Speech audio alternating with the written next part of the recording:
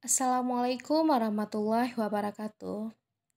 Sahabat Hidayah Medical, cuaca dingin dan hujan mengguyur adalah waktu yang tepat untuk menyeruput minuman hangat.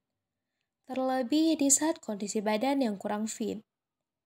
Kali ini kami mempunyai sebuah resep minuman herbal yang terbuat dari bahan-bahan yang sederhana yang berasal dari serai, kayu manis, dan jahe. Perpaduan antara serai, kayu manis, dan jahe merupakan perpaduan yang sangat fenomenal untuk dijadikan ramuan alami yang dapat meredakan flu, nyeri kepala, dan demam. Penasaran cara membuatnya? Langsung saya simak videonya. Pertama, siapkan panci, kemudian masukkan air secukupnya.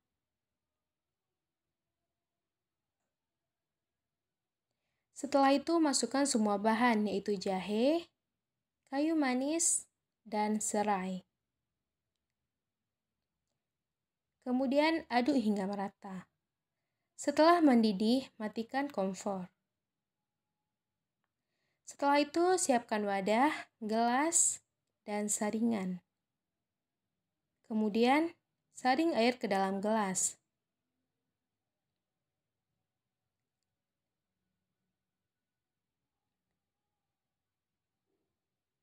Dan minuman pun siap untuk dihidangkan. Akhir-akhir ini cuaca sering tak menentu.